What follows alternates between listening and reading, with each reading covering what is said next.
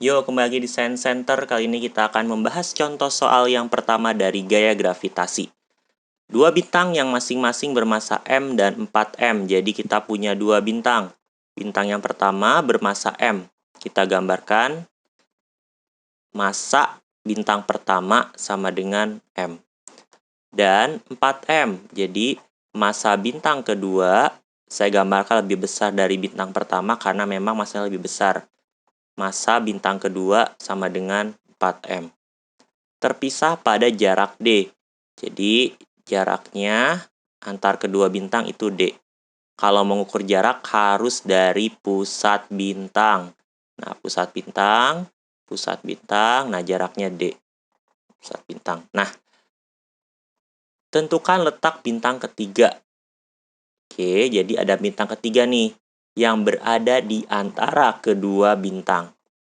Jadi kita akan taruh bintang ketiga di antara kedua bintang, tetapi tidak mengalami gaya gravitasi. Jadi kuncinya sini tidak mengalami gaya gravitasi. Nah, kalau kita taruh di antara kedua bintang ini, pasti ada satu titik di mana dia tidak mengalami gaya gravitasi. Jadi, misalkan di sini, saya gambarkan di sini. Saya taruh bintang ketiga di sini, tek. Nah, apa yang terjadi?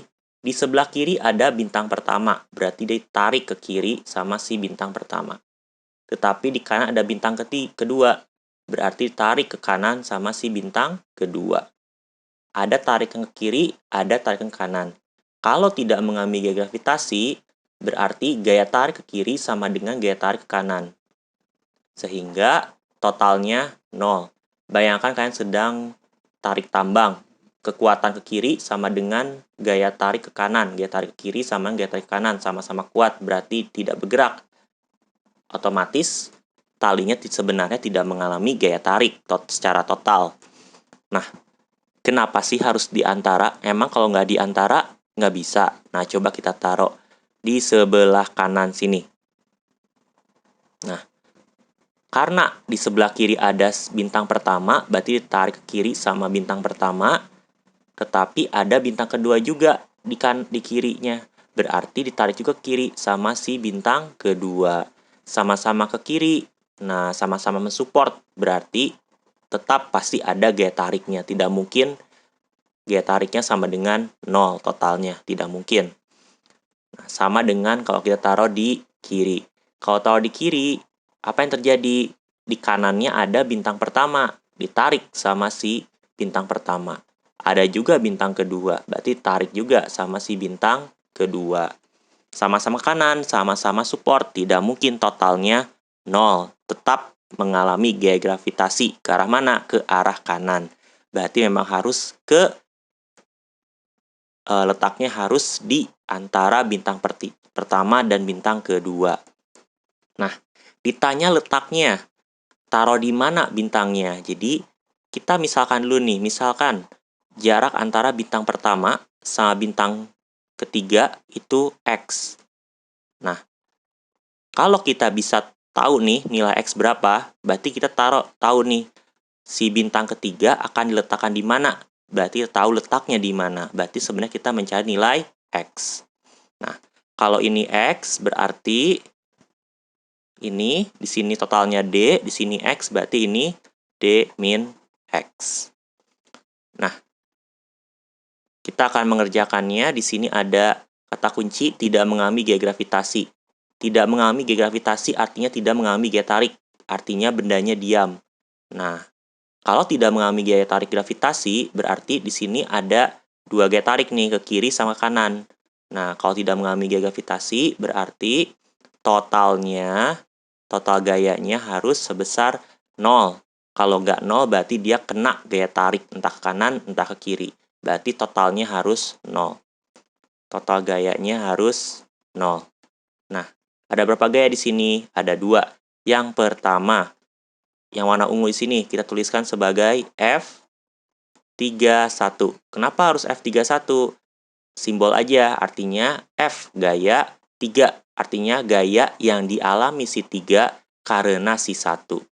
Nah, berarti yang biru apa namanya? Yang namanya F32. Artinya gaya yang dialami si 3 karena si 2. Berarti ada F31, ada F32. Oke. Sigma F sama dengan 0, artinya kita totalkan gayanya. Ada yang ke kanan F32 dan yang ke kiri F31. Saling berlawanan.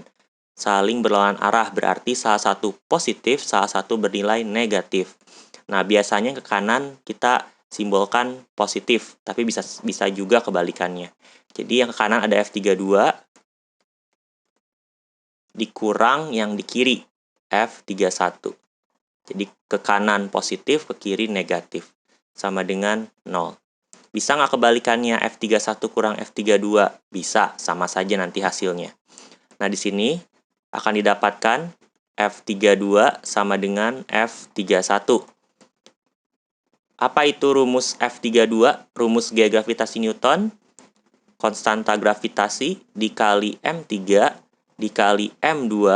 Angkanya di sini perhatikan. M3, M2 per jarak antara bintang ketiga dan bintang kedua dikuadratkan. Sama dengan F31, konstanta gravitasi, massa bintang ketiga, massa bintang pertama per jarak antara bintang ketiga dan bintang pertama dikuadratkan. Kedua ruas sama-sama memiliki konstanta gravitasi. Cancel. Sama-sama punya M3, cancel. Didapat M2, massa bintang kedua adalah 4M, per jarak antara bintang ketiga dan bintang kedua. Jarak antara bintang kedua di sini dan bintang ketiga di sini. Jaraknya berapa? Jaraknya D min X. Tapi sini kuadrat, berarti D min X kuadrat. Semuanya kita kuadratkan. Sama dengan M1, massa bintang pertama, yaitu M, per R31, jarak antara bintang pertama di sini dan bintang ketiga, berarti X. Nah, dikuadratkan, X kuadrat. Kedua ruas sama-sama punya M, kita cancel. Nah, didapat 4 per D min X kuadrat sama dengan 1 per X kuadrat. Nah, ingat tujuan kita adalah mencari nilai X, mencari letaknya. Di sini X kuadrat, dicari X. Gimana caranya?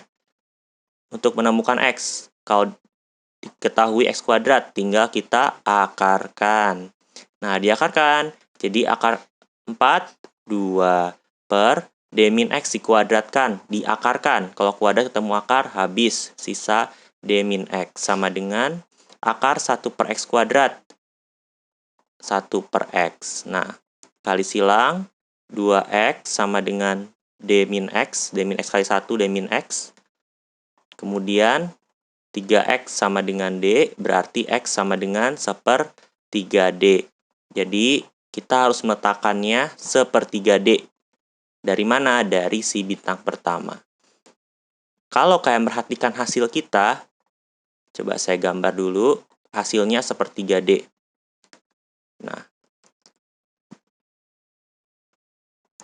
Nah, 1/3D, ini bintang ke-3, 1/3D itu yang mana sih? Yaitu X-nya, berarti ini X-nya, 1/3D. Nah, totalnya D. Kalau kalian perhatikan di sini ada 1/3D, ada D. Nah, berarti kalau 1/3D, berarti dia lebih dekat sama si M yang kecil ini. Kenapa? Kalau kita lihat di sini, dia ditarik sama si M, dan juga ditarik sama 4M. Nah, kalau misalnya saya taruh lebih dekat dari 4M, coba kita lihat ya. Jadi, ini M, ini 4M. Nah, misalnya saya taruh lebih dekat dari 4M. Kalau hasil kita kan dari M ya, lebih dekat dari M. Kalau dari 4M, apa yang terjadi? Nah, kalau dia lebih dekat dari 4M, berarti masanya ini gede nih 4M. Terus lebih dekat lagi dengan 4M, berarti semakin dekat, gaya tarik semakin besar. Apalagi massa semakin besar, lebih besar pula. Nah, tapi dia lebih jauh dari M yang ungu. Nah, berarti lebih jauh, massa juga lebih kecil. Berarti gaya tariknya semakin kecil juga.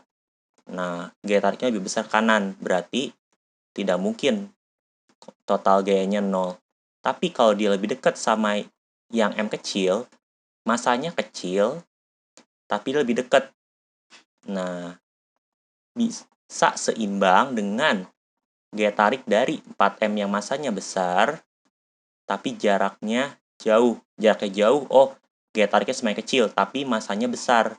Nah, diimbangkan sama yang jaraknya dekat, tapi masanya kecil. Jadi bisa saja dia tidak mengalami gaya gravitasi. Jadi kuncinya memang kalau tidak mengalami gaya gravitasi, dia harus lebih dekat dengan benda yang masanya lebih kecil. Kalau dia lebih dekat sama yang besar, berarti tidak seimbang. Seperti itu.